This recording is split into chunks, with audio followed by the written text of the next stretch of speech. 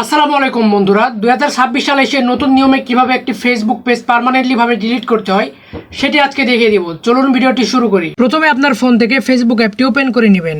Facebook অ্যাপটি open হওয়ার পর উপরের দিকে দেখবেন যে 3 ডট মেনু রয়েছে, এটাতে টাচ করবেন।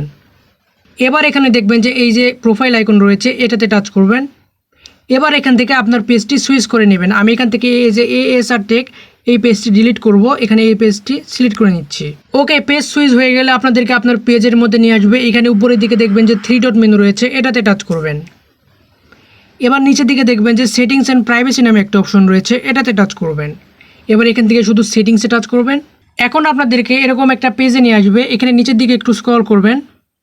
নিচের দিকে একটু স্ক্রল করলে দেখবেন যে অ্যাক্সেস অ্যান্ড কন্ট্রোল নামে একটি অপশন রয়েছে, এটাতে টাচ করবেন। এবার এখানে 3টে অপশন দেখাচ্ছে। প্রথমে হচ্ছে deactive page, unpublish page and delete page. এখান থেকে 3 নম্বরে যে রয়েছে ডিলিট পেজ, এটা সিলেক্ট করবেন। এটা সিলেক্ট হয়ে গেলে নিচে দেখবেন যে কন্টিনিউ বাটন রয়েছে, এটাতে টাচ করবেন। এবার এখানে কন্টিনিউ বাটনে টাচ করবেন।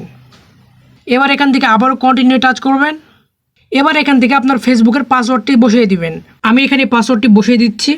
ওকে, পাসওয়ার্ড বসানো হয়ে গেলে নিচে দেখবেন যে কন্টিনিউ বাটন রয়েছে, এটাতে টাচ করবেন। এখন আপনাদেরকে এরকম একটা পেজে নিয়ে আসবে। এখানে বলতেছে যে delete ASR text page and information. মানে এখন যদি আমরা ডিলিট পেজে টাচ করি তাহলে আমাদের ASR টেক এই পেজটি পার্মানেন্টলিভাবে ডিলিট হয়ে যাবে। ঠিক আছে, এখন আপনি যেহেতু পেজটি ডিলিট করবেন, নিচে দেখবেন যে ডিলিট পেজ নামে একটা অপশন রয়েছে, এটাতে টাচ করবেন।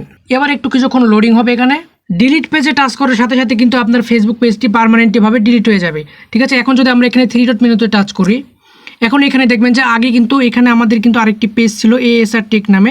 এখন কিন্তু ST বাংলা টেক শুধুমাত্র এই পেজটি রয়েছে। মানে আমাদের যে ASR টেক পেজটি ছিল সেই পেজটি কিন্তু পার্মানেন্টলি ভাবে ডিলিট হয়ে গেছে। এভাবেই কিন্তু খুব সহজে আপনার ফেসবুক পেজ পার্মানেন্টলি ভাবে ডিলিট করতে পারবেন। এই ছিল আজকের ভিডিও। যদি ভিডিওটি ভালো লেগে থাকে তাহলে ভিডিওতে একটা লাইক দিবেন। আর চ্যানেলে যদি নতুন দর্শক হয়ে থাকেন তাহলে চ্যানেলটি সাবস্ক্রাইব করবেন। আর যারা ফেসবুক পেজ থেকে দেখছেন পেজটিকে ফলো করবেন।